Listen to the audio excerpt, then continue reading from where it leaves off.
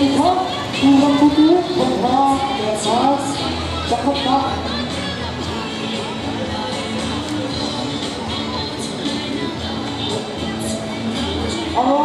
aku begini tukar botol aku begini tukar buat khóc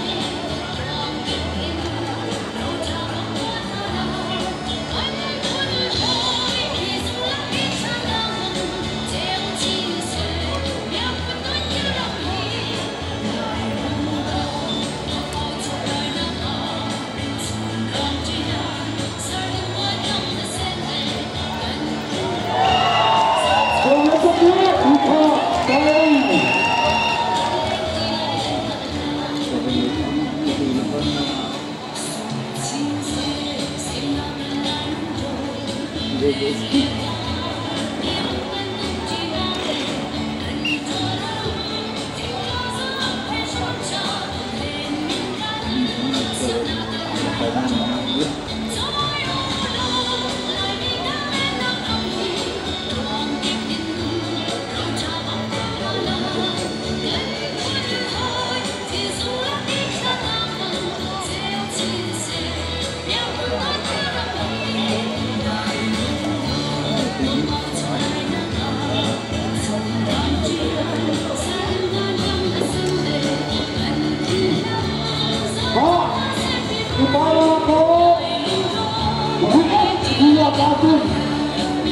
tục của ta thi đấu một tốc độ thuận đi nhiều nhất. Một lượng to lớn là qua tốc từ đẹp nào bằng lẽ như thế, hoặc chung như thế. Một lượng to lớn từ đẹp nào.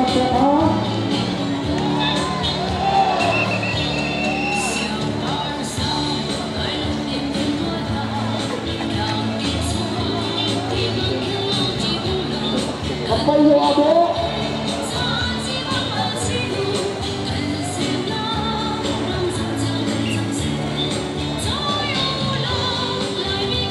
Hãy subscribe cho kênh Ghiền Mì Gõ để không bỏ lỡ những video hấp dẫn.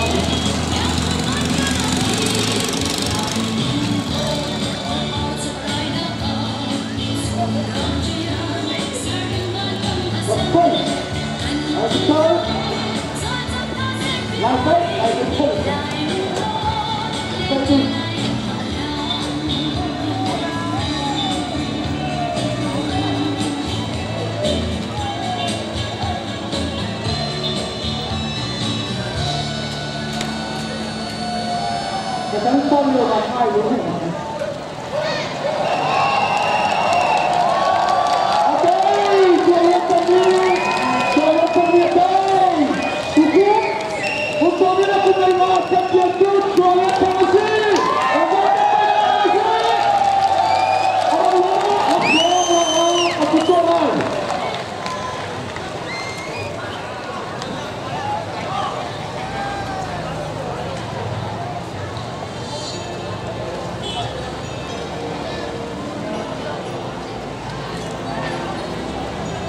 So, para untuk juara ini.